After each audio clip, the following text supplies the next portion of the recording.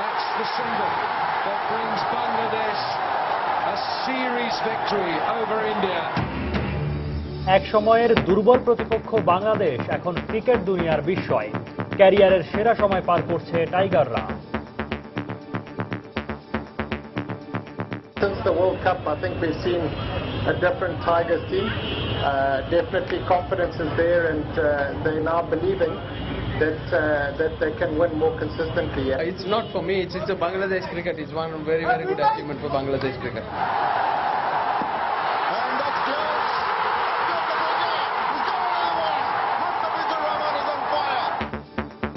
Series জয়ের নায়ক মুস্তাফিজের অর্জনে পুরো জাতির সাথে দারুণ খুশি তার পরিবার, শিক্ষক, সহপাঠীরা। আমার ছেলের জন্য সবাই দোয়া করুন। আমার ছেলে না, এই দেশবাসীর ছেলে, এই দেশবাসীর মুখকে উজ্জ্বল করতে পারে। আমাদের বন্ধুটা এত বড় হয়েছে, দেশের নাম করছে, তার জন্য আমরা সাতক্ষীরাবাসী, আমরা বাংলাদেশবাসী সবাই গর্ববোধ করছি। মন্ত্রিসভায়ও সিরিজ জয়ের ধন্যবাদ প্রস্তাব গ্রহণ। আমাদের নবীন ক্রিকেটারদের যে অর্জন, তাদের যে নিপুণতা, কুশলতা, এটা আমাদের গর্ব করার বিষয়। দেখছিলেন প্রধান শিরোনাম। রাত 11টার সময় সঙ্গে আছি আমি সৌমিত্র শুভ্র এবং আমি সজল দাস। এবার অন্যান্য শীর্ষ সংবাদ।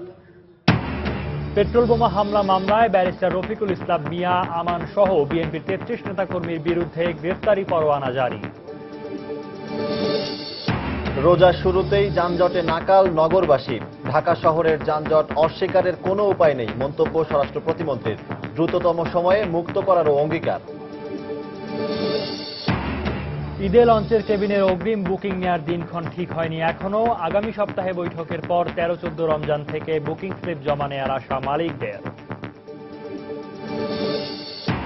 দুর্ঘটনার 4 দিনেও কর্ণফুলীর খাল থেকে ওয়াগন তোলার প্রক্রিয়া শুরু হয়নি। বৃষ্টির কারণে ব্যাহত হচ্ছে তেল সংগ্রহের কাজও।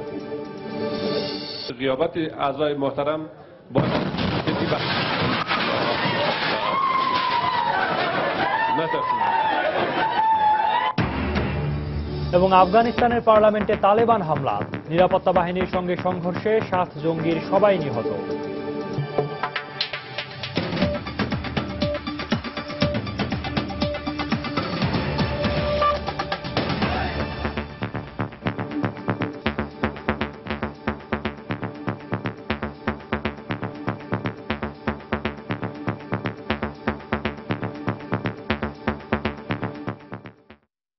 1986 সালে আন্তর্জাতিক ওয়ানডে ক্রিকেটে হামাগুড়ি দিয়ে পথ চলা শুরু হয় বাংলাদেশের। প্রায় 30 বছরের পথ পরিক্রমায় টাইগাররা খেলে ফেলেছে 305টি ওয়ানডে। একসময় দুর্বল প্রতিপক্ষ বাংলাদেশ এখন ক্রিকেট দুনিয়ার বিস্ময়। পাকিস্তানের পর ভারতের বিপক্ষে ওয়ানডে সিরিজ জয়, এ যেন বদলে যাওয়া এক বাংলাদেশ, যার বিস্তারিত গল্প থাকছে সজল মিত্র রিচার্ডের প্রতিবেদনে। 1986 সালের 31শে মার্চ শ্রীলঙ্কার মোরাতুয়ায় পাকিস্তানের বিপক্ষে খেলতে নামে আন্তর্জাতিক ক্রিকেটে সদ্য ভূমিষ্ঠ শিশু বাংলাদেশ। গাজী আশরাফ হোসেন লিপুর সেই বাংলাদেশ ইমরান খানের পরাক্রমশালী পাকিস্তানের বিপক্ষে ছিল অসম প্রতিপক্ষ।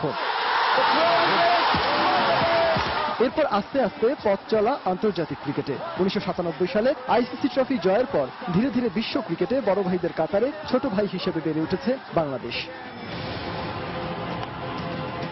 1998 সালে প্রথম ওয়ানডে জয়, 1999 সালের বিশ্বকাপে পাকিস্তানের বিপক্ষে জয়, এর 1 বছর পরই টেস্ট মর্যাদা লাভ।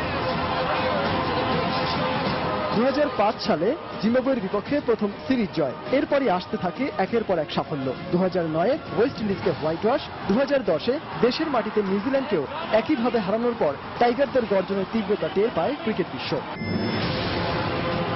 2012-তে এশিয়া কাপ ও ওয়েস্ট ইন্ডিজের বিপক্ষে সিরিজ জয়ের পর টাইগারদের পারফরমেন্সের আলো মুগ্ধ করে বিশ্ব ক্রিকেটকে। আর এবারের বিশ্বকাপে অসাধারণ পারফরমেন্সের পর পাকিস্তান ও ভারতের বিপক্ষে হোম সিরিজ জয় ক্রিকেট বিশ্বের সাফল্যের তুঙ্গে উঠে যায় এদেশের টাইগাররা। এ পর্যন্ত 305টি ওয়ানডে খেলে এই টাইগাররা জয় তুলে নিয়েছে 93টি ওয়ানডেতে। এই ঘুরে দাঁড়ানো বাংলাদেশের সাফল্যের নেপথ্যে যারা সঙ্গী হয়েছেন তাদের মধ্যে অন্যতম টাইগারদের পেস বোলিং কোচ হিতিশ্রী। এই বাংলাদেশকে দেখে তিনি মোটেই অবাক নন। আসলে বাংলাদেশ দলের সামর্থ্য নিয়ে কোনোদিনই প্রশ্ন তোলা ঠিক নয়। দলটা অনেক উন্নতি করেছে, যার ফলাফল এখন তারা পাচ্ছে। অনেক প্রতিভাবানদের সমন্বয়ে গড়া এই দলটি বিশ্বের যে কোনো দলের কাছেই ভয়ঙ্কর। আসলেই এটা বদলে যাওয়া বাংলাদেশ। আর কোচ হাতুরু সিংহ মনে করেন এটা আন্তর্জাতিক ক্রিকেটে বাংলাদেশের সেরা সময়। বাংলাদেশ এখন সেরা সময় কাটাচ্ছে। আমিও টাইগারদের দলের অংশ হতে পেরে গর্বিত। এটা আমার কোচিং ক্যারিয়ারেরও বড় অর্জন। আবেগে নয়, সুন্দরবনের ব্যাঘ্র শাবক আজ গর্জন আর ভয়াল থাবা দিয়ে ধরাশায়ী করছে বিশ্ব ক্রিকেটের মোড়লদের। সজল মিত্র, রিচার্ড, সময় সংবাদ। ভারতের বিপক্ষে সিরিজ জয়ের নায়ক মুস্তাফিজের রেকর্ড গড়া অর্জনে দারুণ খুশি তার বাবা। ছেলের এমন কীর্তিতে দেশবাসীর কাছে তার জন্য দোয়া চেয়েছেন মুস্তাফিজের বাবা। অন্যদিকে মুস্তাফিজের বড় ভাই, শিক্ষক ও সহপাঠীরাও গর্বিত বাংলাদেশ জাতীয় দলের জার্সি গায়ে তার অসাধারণ পারফরম্যান্সে। বাংলাদেশের ক্রিকেট আকাশে এখন পেস বিস্ময়ের নাম মুস্তাফিজ। সাতক্ষীরার কালীগঞ্জের প্রত্যন্ত এলাকা থেকে উঠে আসা এই তরুণ পেসারকে নিয়ে বিশ্ব ক্রিকেটে বইছে আলোচনার ঝড়। শক্তিশালী ভারতের বিপক্ষে অভিষেক ম্যাচেই 5 উইকেট নিয়ে শুরু হয় চমকের, আর দ্বিতীয় ম্যাচে তো বিশ্ব রেকর্ড। জাতীয় দলের জার্সি গায়ে বিশ্ব মাতানোর কারিগর মূলত ভাই মোখলেসুর রহমান। আমাদের খেলা দেখে দেখে ও আস্তে আস্তে খেলার দিকে আগ্রহ হয়ে গেল। আমি খেলি, আমার মেজো ভাই খেলে, বড় ভাইও খেলে, আর কি এইভাবে আমরা এমনকি আমরা 4 ভাইও এক টিমে খেলছি। লেফটি যতগুলো বোলিং আছে সব ভিডিওগুলো আর কি ইন্টারনেট থেকে বের করে ওরে দেখাইতো বসে বসে। ছেলের অসাধারণ এই কীর্তিতে পৃথিবীর এখন সবচেয়ে সুখী মানুষ আবুল কাশেম। পড়ার দিকে খুব মন ছিল না, সে খেলাধুলার উপরে খুব আগ্রহ ছিল। দেখা গেল যে স্কুলে যাওয়ার নাম করে সাতক্ষীরা যায় প্র্যাকটিস করতে। টিভিতে দেখলাম সে মানে বিশ্ব সেরা একজন বোলার হয়েছে। পেয়েছি, আমার আর কিছু পাওনা নেই। মুস্তাফিজের বড় ক্রিকেটার হয়ে ওঠার পেছনে সাতক্ষীরার 2 ক্রিকেট কোচ আলতাফ ও তপুর বড় ভূমিকা রয়েছে। 5টা 6টা করে উইকেট পেত সব সময়।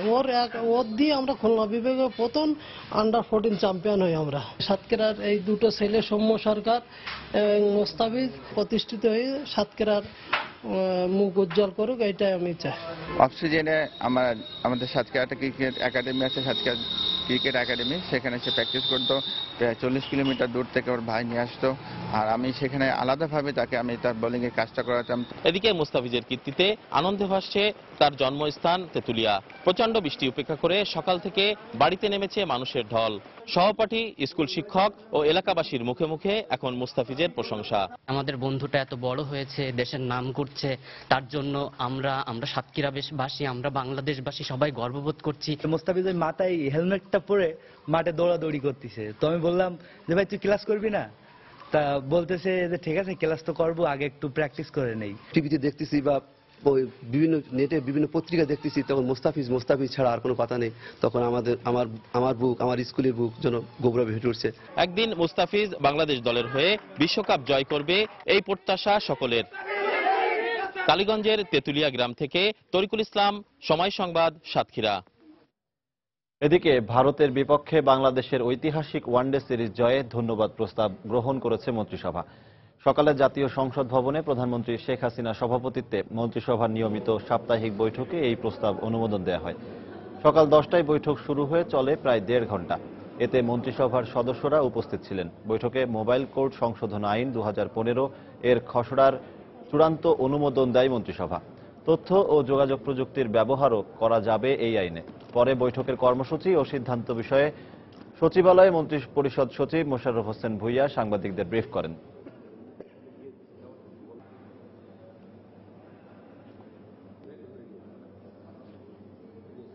আমাদের ক্রিকেটে গতকালকে যে বিশাল অর্জন, ভারতের বিরুদ্ধে সিরিজ বিজয়, এই উপলক্ষে আমাদের cricket team, manager, organiser, coach এবং ক্রিকেট বোর্ড সবাইকে অভিনন্দন জানানো হয়েছে, আনন্দ প্রকাশ করা হয়েছে এই বিজয়ে। বিশেষ করে আমাদের নবীন ক্রিকেটারদের যে অর্জন, তাদের যে নিপুণতা, কুশলতা, এটা আমাদের গর্ব করার বিষয়, সেটাই ক্যাবিনেট লক্ষ্য করেছে। পেট্রোল বোমা হামলা মামলায় বিএনপি নেতা ব্যারিস্টার রফিকুল ইসলাম মিয়া, আমানুল্লাহ আমান সহ 33 জনের বিরুদ্ধে গ্রেফতারি পরোয়ানা জারি করেছেন আদালত। দুপুরে ঢাকা মহানগর দায়রা জজ কামরুল হোসেন মোল্লা এই গ্রেফতারি পরোয়ানা জারি করেন। বিএনপির অবরোধ চলাকালে গত 25 জানুয়ারি মিরপুরে পেট্রোল বোমা হামলায় বেশ কয়েকজন আহত হন। এই ঘটনায় পুলিশ বাদী হয়ে মিরপুর মডেল থানায় বিএনপির নেতাদের বিরুদ্ধে মামলা দায়ের করে। গত 19 মার্চ এই মামলায় অভিযুক্ত আসামিদের পলাতক দেখিয়ে আদালতে অভিযোগপত্র দেওয়া হয়। এর প্রেক্ষিতে সকালে অভিযোগপত্র আমলে নিয়ে আদালত গ্রেফতারি পরোয়ানা জারি করেন। সেই সঙ্গে আগামী 3রা আগস্ট গ্রেফতারি পরোয়ানা তামিল সংক্রান্ত প্রতিবেদন দাখিলের নির্দেশ দিয়েছেন আদালত।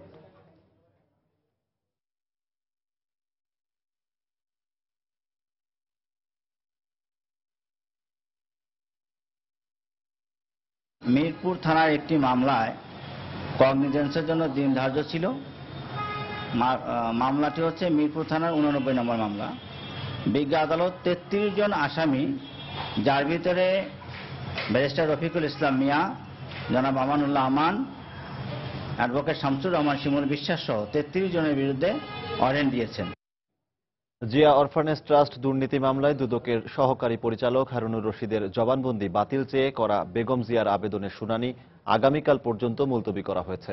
বিচারপতি মইনুল ইসলাম চৌধুরী ও বিচারপতি JBM হাসানের সমন্বয়ে গঠিত হাইকোর্টের বেঞ্চে শুনানি হলে পরে তা কাল পর্যন্ত মুলতবি করা হয়। দুর্নীতির এই মামলায় রাষ্ট্রপক্ষের এই সাক্ষীর জবানবন্দি বাতিল চেয়ে গত 15 জুন হাইকোর্টে আবেদন করা হয়। বেগম জিয়ার অনুপস্থিতিতে আদালতে জবানবন্দি দেয় এটি বাতিল চেয়ে আবেদন করেন তার আইনজীবীরা।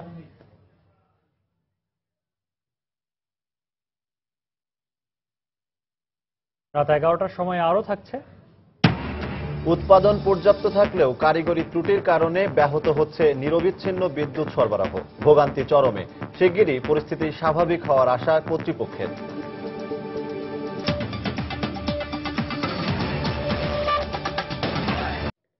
রমজান শুরুর পর থেকেই রাজধানীর নিত্যদিনের সঙ্গী যানজট অসহনীয় রূপ নিয়েছে।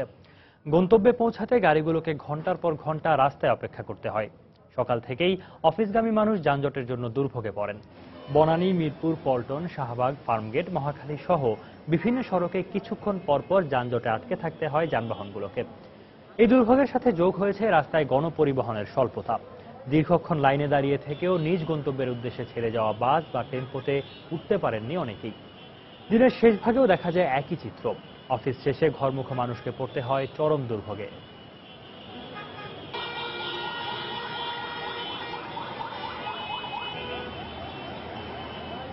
ঢাকা শহরের যানজটের কথা অস্বীকারের কোনো উপায় নেই বলে মন্তব্য করেছেন স্বরাষ্ট্র প্রতিমন্ত্রী আসাদুজ্জামান খান কামাল।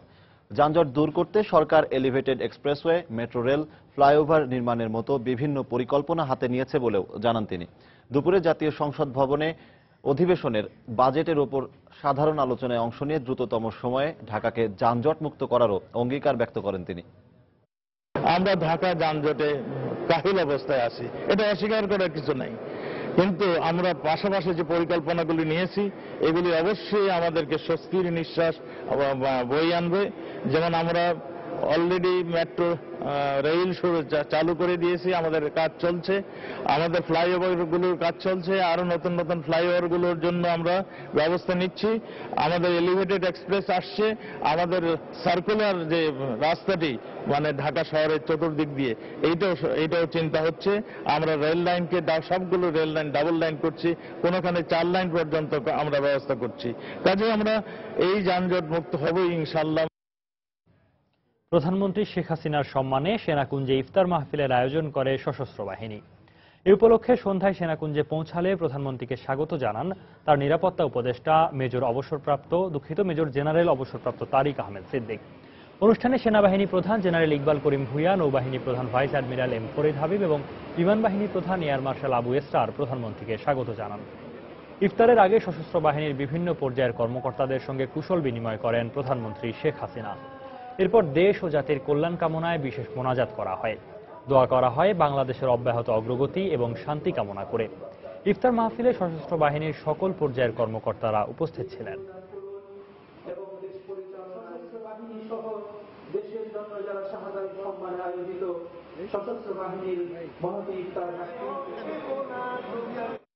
বিভিন্ন পেশাজীবী সংগঠনের নেতাদের সাথে ইফতার করলেন বিএনপি চেয়ারপারসন বেগম খালেদা জিয়া। সোমবার রাজধানীর বসুন্ধরা কনভেনশন সেন্টারে বিএনপির পক্ষ থেকে এই ইফতার পার্টির আয়োজন করা হয়। ইফতারের আগে দেশবাসীর মঙ্গল কামনায় দোয়া ও মিলাদ মাহফিল করা হয়। এতে বিএনপিপন্থী বিভিন্ন পেশাজীবী সংগঠনের নেতাকর্মীরা উপস্থিত ছিলেন।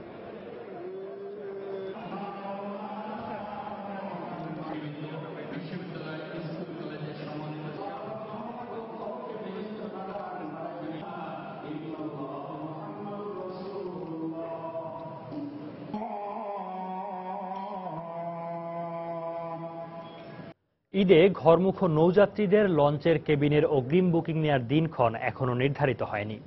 তবে রমজানের দ্বিতীয় সপ্তাহে ঢাকায় লঞ্চ মালিকদের এ ব্যাপারে বৈঠক করার কথা রয়েছে।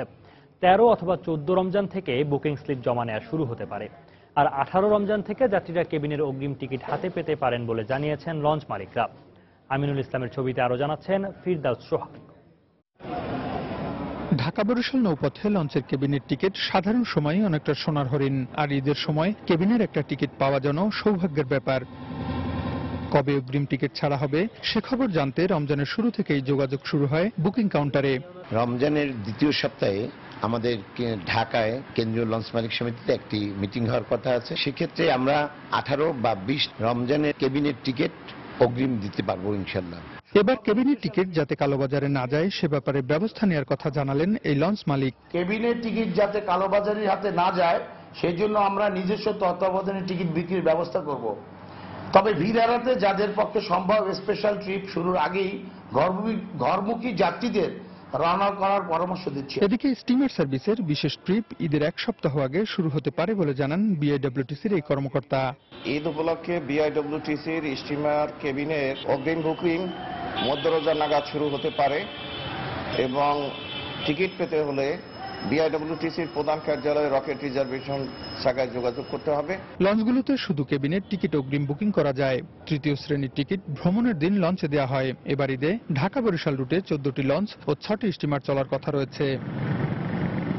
ফিরদাউস সোহাগ, সময় সংবাদ, বরিশাল। দীর্ঘ সময় রোজা রাখার পর ইফতার মুসলমানদের ধর্মের শিক্ষা দেয়, ধৈর্যের শিক্ষা দেয়। এছাড়াও নতুন পুরনো বন্ধু ও পরিচিত জনের বন্ধনে ইফতার পরিণত হয় এক উৎসবে। ইফতার সামাজিক বন্ধনের একটি বড় মাধ্যম বলে মনে করেন ধর্মীয় গবেষকরা। আমি এখানে এটা দেখাবো যে সারাদিন রোজা রেখে দিন শেষে গোল হয়ে বসে আছেন বন্ধুরা। খাবার সামনে নিয়ে চলছে ইফতারের সময়ের অপেক্ষা। দীর্ঘদিন যোগাযোগ না থাকলেও ইফতারকে উপলক্ষ করে তাদের অনেকে এসেছেন ঢাকা বিশ্ববিদ্যালয়ের টিএসসিতে।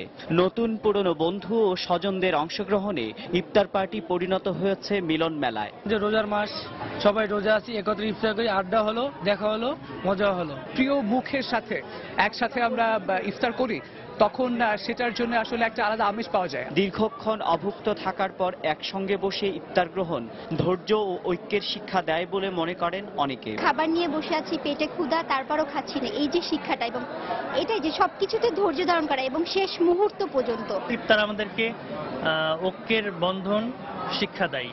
ইফতারে অংশ নিতে আসেন অন্য সম্প্রদায়ের মানুষও। মুসলমানদের ধর্মীয় রীতি পালনের এই সুযোগ সবার মধ্যে তৈরি করে সামাজিক বন্ধনের। আমরা সব বন্ধুরা যখন এখানে আসি তখন এটা ধর্মীয় অনুষ্ঠানের বাইরেও একটা বন্ধুত্বের জায়গা চলে আসে। এটার মধ্যে যে একটা ইউনিটি তৈরি হয়, সবার মধ্যে একটা ঐক্যবোধ তৈরি হয়, সম্প্রীতি তৈরি হয় এবং দেখা যায় এটা কিন্তু কোনো নির্দিষ্ট রিলিজিয়নের মধ্যে সীমাবদ্ধ নয়। ইসলামী বিশ্লেষকরাও মনে করেন ইফতারির মাধ্যমে পারিবারিক ও সামাজিক বন্ধন তৈরি হয়। ইবাদতকে টার্গেট করে আমাদের সোশ্যালাইজেশনটা হোক, এটা যেমন ইসলাম শিক্ষা দেয়, আমাদের দেশে এটা একটা মিলন মেলায় পরিণত হয় এবং আমাদের দেখা যাচ্ছে এই কেন্দ্রিক আমাদের সকল ছাত্রছাত্রী কিংবা পারিবারিক একটা বন্ধন তৈরি হয়। সবাই দেখা যাচ্ছে ইফতারের দিন সবাই একত্রিত হয়ে ইফতার, এটার একটা অবশ্যই সামাজিক গুরুত্ব রয়েছে।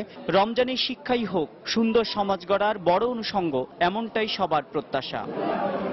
ইমান আমিন, সময় সংবাদ, ঢাকা। চট্টগ্রামের বোয়ালখালীতে দুর্ঘটনা কবলিত ট্রেন থেকে পড়ে যাওয়া 55,000 লিটার ফার্নেস অয়েলের বেশিরভাগই কর্ণফুলী নদী হয়ে সাগরে মিশে গেছে বলে ধারণা করা হচ্ছে। প্রতি লিটার তেল 60 টাকা করে কিনে নেয়ার ঘোষণার 24 ঘন্টার মধ্যে মাত্র 100 লিটার তেল কিনতে পেরেছে বিপিসি। অপরদিকে সেতুর কাজ শেষ না হওয়ায় খালে পড়ে যাওয়া ইঞ্জিন ও ওয়াগন উদ্ধারের কাজ শুরুই করতে পারেনি রেলওয়ে কর্তৃপক্ষ। পার্থপ্রতিম বিশ্বাসের প্রতিবেদন।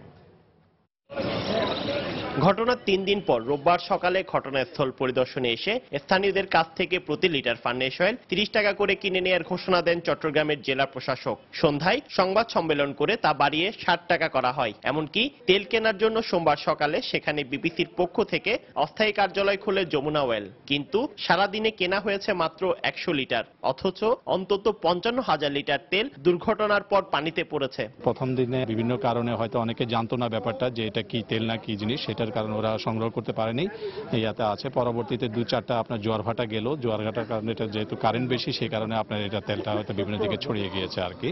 তো আমরা ওয়েট করছি, আমরা যদি আরো কিছু পাই তাহলে আমরা সেটা সংগ্রহ করে নেব। ধারণা করা হচ্ছে অধিকাংশ ফার্নেস অয়েল কর্ণফুলী নদী হয়ে সাগরে গিয়ে পড়েছে। পরিবেশ অধিদপ্তরের এই কর্মকর্তাও তেমনই ইঙ্গিত দিলেন, আর গ্রামবাসী এই জন্য দুষছেন সরকারি প্রশাসনের সমন্বয়হীনতাকে। জোয়ারভাটার সাথে এটা কখনো এক জায়গায় তেলটা ছিল না, কিছু তেল অবশ্যই ছড়িয়ে পড়েছে, হয়তো কর্ণফুলীতে চলে যেতে পারে। প্রথম দিন যদি এখানে যদিও তেলের ঘোষণা থাকতো যদি দিত তাহলে তেলটা এত নষ্ট হতো না। সরকারি মাল ধরলে কোনো সমস্যা হতে পারে, এই জন্য ধরি নাই। তো 2 দিন পরে ডিগলা দিচ্ছে, তখন ধরার কোনো বুঝে গেছিল না, তেলটা পানির সাথে ছড়িয়ে গেছে, সব জায়গায় লেগে গেছে। দুর্ঘটনার 4 দিনেও খালে পড়ে যাওয়া তেলবাহী ওয়াগন উদ্ধারের কাজ শুরু করতে পারেনি রেলওয়ে কর্তৃপক্ষ। ব্রিজের ওপারে কিছু ট্রাক লিঙ্কিং কাজ বাকি আছে, এরপরে এই ট্রাকের উপর দিয়ে ব্রিজের উপর দিয়ে আমরা রিলিফ ট্রেন মুভ করাতে পারবো। রিলিফ ট্রেন মুভ করার আমরা প্রথমে ইঞ্জিনটা এটা রেস্কিউ করব। রেস্কিউ করার পরে যে ওয়াগনগুলো আছে সেই ওয়াগনগুলো আমরা সালভেজ করব। শুক্রবার দুপুরে চট্টগ্রাম থেকে 2000 পিকিং বিদ্যুৎ কেন্দ্রের জন্য ফার্নেস অয়েল নিয়ে যাওয়ার পথে বোয়ালখালীর সারোয়াতলিতে দুর্ঘটনার কবলে পড়ে ট্রেনটি। স্থানীয় 24 নম্বর সেতুটি ভেঙে ইঞ্জিন সহ 3টি ওয়াগন খালে পড়ে যায়। পার্থপ্রতিম বিশ্বাস, সময় সংবাদ, চট্টগ্রাম। এবছর রমজান মাসে বিদ্যুতের পর্যাপ্ত উৎপাদন হলেও কারিগরি ত্রুটি, সঞ্চালন ও বিতরণ ব্যবস্থার নানা সীমাবদ্ধতায় বারবার হোঁচট খাচ্ছে নিরবিচ্ছিন্ন বিদ্যুৎ সরবরাহ। ফলে রাজধানী সহ প্রায় পুরো দেশই আবারও লোডশেডিং এর কবলে পড়েছে। তীব্র দাবদাহের মধ্যেই এবার চলছে পবিত্র রমজান, তার উপর ঘন ঘন বিদ্যুৎ বিপর্যয়, সব মিলে নাগরিক ভোগান্তি চরমে উঠেছে। বিদ্যুৎ বিভাগ ও বিতরণ সংস্থাগুলোর আশা বিকল হয়ে পড়া সাবস্টেশন ও সঞ্চালন লাইনগুলোর মেরামত প্রক্রিয়া শেষ হলে আগামী 2-3 দিনের মধ্যেই পরিস্থিতি স্বাভাবিক হবে। দেবাশিস রায়ের রিপোর্ট। ঋতু হিসেবে সময়টা বর্ষাকাল হলেও এবছর দাবদাহের তীব্রতা যেন কমছে না কিছুতেই, আর এর মাঝেই চলছে সিয়াম সাধনার মাস রমজান। তীব্র দাবদাহের পাশাপাশি এবারে রমজানে নাগরিক ভোগান্তিকে কয়েক গুণ বাড়িয়ে তুলেছে বিদ্যুতের নিত্য যাওয়া আসা। কখনো মধ্যরাত্রি, কখনো বা সন্ধ্যার লোডশেডিং এর ফলে শারমিন আক্তারের মতো অনেক গৃহিণীকেই দিনভর রোজা রেখে ইফতার তৈরি করতে হচ্ছে মোমের আলোয়। খাবার দাবার বানাইতে, খাবার রেডি করতে খুব প্রবলেমে পড়ে যাই আমরা। রমজানের কাজের সময় গেলে তখন তো ফেলে রাখার উপায় থাকে না, এই জন্য খুব কষ্ট হয়। দৈনিক 2-3 বার কারেন্ট জায়গা, আমরা পানি তুলতে পারি না, পানি থাকে না, পানির জন্য চিল্লাবিল্লা লাগাই দেয়। বিতরণ সংস্থা ডিপিডিসির দাবি, সঞ্চালন লাইনে জটিলতা সহ ধানমন্ডিতে সাব স্টেশনের ত্রুটির ফলেই এমন অবস্থা, যা হয়তো স্থায়ী হতে পারে 1 সপ্তাহ পর্যন্ত। কয়েকটা পাওয়ার প্ল্যান্টের মেইনটেনেন্স চলছে এবং ইতিমধ্যে একটা পাওয়ার প্ল্যান্ট বন্ধ আছে, তো ওইটার কারণে হয়তো কিছুটা উৎপাদন কম হয়েছে। ধানমন্ডি সাব স্টেশনে 132 কেবি একটা ব্রেকার ত্রুটির কারণে আমাদের আরো 1 সপ্তাহ অপেক্ষা করতে হবে। অন্যদিকে বিদ্যুৎ সঞ্চালনের দায়িত্বপ্রাপ্ত প্রতিষ্ঠান power grid company of Bangladesh PGCB বলছে, চলমান প্রকল্পগুলো বাস্তবায়িত হলেই পরিস্থিতি স্বাভাবিক হবে। টেম্পারেচার ডিপেন্ড করে, আপনার ওয়েদার কন্ডিশন ডিপেন্ড করে। এখন ওয়েদার কন্ডিশন বেশি গরম পড়লে আরেক রকম হবে। আবার ভোলা বরিশাল লাইনে আমার 18 তারিখে এই মাসে 18 তারিখে চার্জ করা হয়েছে, অলরেডি এই করা হয়েছে। ভোলা পাওয়ার স্টেশন চলে আসলে এটা চলে আসবে। খুব যে সাফার করছে তা না, কিন্তু আপনাদের প্রজেক্টগুলো আসলে সব ঠিক হয়ে যাবে। তবে বিদ্যুৎ খাতের অন্যতম পরিকল্পনাকারী বিভাগ পাওয়ার সেল আশা করছে 2-3 দিনের মধ্যেই সঞ্চালন লাইনের জটিলতা নিরসন হলে দুর্ভোগ কমবে গ্রাহক পর্যায়ে। কয়েক বছরে যেভাবে জেনারেশনের উপর আমরা জোর দিতে পেরেছি, সঞ্চালন এবং বিতরণের দিকে ওইভাবে নজর দিতে পারি নাই। তার কারণেই কোনো জায়গায় এখনো জেনারেশন থাকলেও আমরা বিদ্যুৎ মাঝে মাঝে ইন্টারাপশন হচ্ছে। যতই উৎপাদন করি না কেন, বিতরণের এবং সঞ্চালনের এই ত্রুটিগুলো আমার থাকছে এবং সেগুলো মিটিগেট করার জন্য আমরা প্রাণপণ চেষ্টা করতেছি। আশা করি কি 2-3 দিনের মধ্যে অনেক দূরে সমাধান হয়ে যাবে। এছাড়া বিদ্যুতের নিরবচ্ছিন্ন সরবরাহ নিশ্চিত করতে বিভিন্ন উন্নয়ন প্রকল্পের পাশাপাশি বিদ্যুৎ ব্যবহারে গ্রাহকদের মিতব্যয়ী হওয়ার কোনো বিকল্প নেই বলে মনে করছে বিদ্যুৎ বিভাগ। দেবাশিস রায়, সময় সংবাদ, ঢাকা। আফগানিস্তানের পার্লামেন্টে তালেবান হামলায় অন্তত 5 জন বেসামরিক নাগরিক নিহত হয়েছেন বলে জানিয়েছে সংবাদ মাধ্যম আল জাজিরা। তবে সংসদ সদস্যরা সবাই অক্ষত আছেন। প্রত্যক্ষদর্শীরা জানান, সোমবার কাবুলে পার্লামেন্ট ভবনের সামনে কমপক্ষে 6টি বিস্ফোরণ ঘটায় জঙ্গিরা।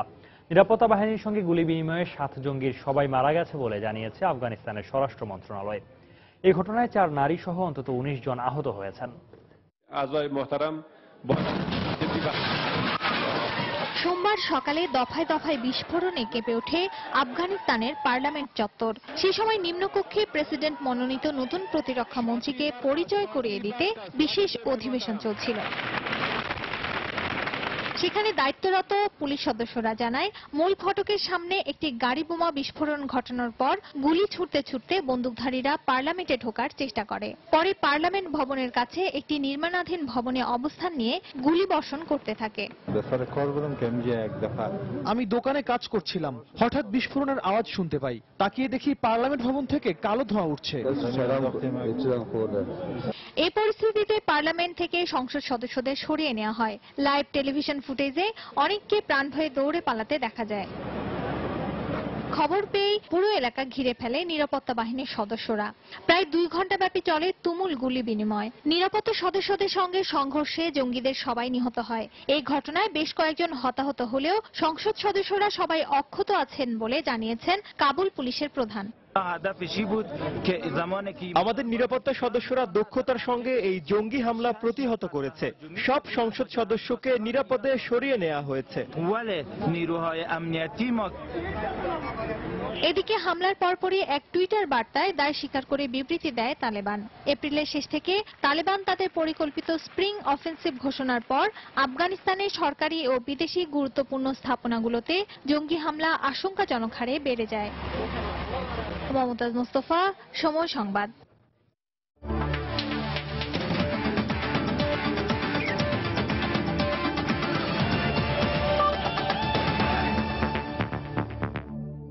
ভারতের বিপক্ষে সিরিজ জয়কে বাংলাদেশের ওয়ানডে ক্রিকেট ইতিহাসের সবচেয়ে বড় অর্জন হিসেবে দেখছেন বিসিবি সভাপতি নাজমুল হাসান পাপন। আর এই জয় টাইগারদের বিশ্ব ক্রিকেটে অন্যতম শক্তিশালী দল হিসেবে প্রতিষ্ঠিত করেছে বলেও মনে করেন তিনি। পাশাপাশি পাপন আরও বলেন, এখন র্যাঙ্কিংয়ে উন্নতি করাই বাংলাদেশ দলের লক্ষ্য। যতগুলো দেশের বিরুদ্ধে যে কোনো সিরিজ জিতেছি, ভারতের বিরুদ্ধে এই সিরিজটা এর চেয়ে এইটার সাথে কোনোটার তুলনা হয় না। আমি মনে করি সবচেয়ে ইম্পর্টেন্ট সিরিজ আমাদের জন্য এই ভারতের এই সিরিজটাই ছিল এবং এটা আমরা জিততে পেরেছি। ইমরুল কায়েস এই ফর্মে, বিজয় সুস্থ সাইডলাইনে বসে আছে, ওদেরকে আমরা খেলাতে পারছি না। This is what we needed. এইটাই আমাদের দরকার ছিল। একাধিক প্লেয়ার যদি ভালো নাও করে নাম করা, অন্যরা যেভাবে পারফর্ম করে আমরা টেরই পাচ্ছি না যে এখানে আরেকটা ভালো কেউ খারাপ করেছে, এরকম মনেই হয় না। রাত 11টার সময় এ পর্যায়ে শীর্ষ সংবাদ জানিয়ে দিচ্ছি আরেকবার। এক সময়ের দুর্বল প্রতিপক্ষ বাংলাদেশ এখন ক্রিকেট দুনিয়ার বিস্ময়। মন্ত্রিসভায়ও সিরিজ জয়ে ধন্যবাদ প্রস্তাব গ্রহণ। পেট্রোল বোমা হামলা মামলায় ব্যারিস্টার রফিকুল ইসলাম মিয়া আমান সহ বিএনপি 33 নেতাকর্মীর বিরুদ্ধে গ্রেফতারি পরোয়ানা জারি। ঈদে লঞ্চের কেবিনের অগ্রিম বুকিং নেয়ার দিনক্ষণ ঠিক হয়নি এখনো। আগামী সপ্তাহে বৈঠকের পর 13-14 রমজান থেকে বুকিং স্লিপ জমা নেয়ার আশা মালিকদের। দুর্ঘটনার 4 দিনেও কর্ণফুলীর খাল থেকে ওয়াগন তোলার প্রক্রিয়া শুরু হয়নি। বৃষ্টির কারণে ব্যাহত হচ্ছে তেল সংগ্রহের কাজও।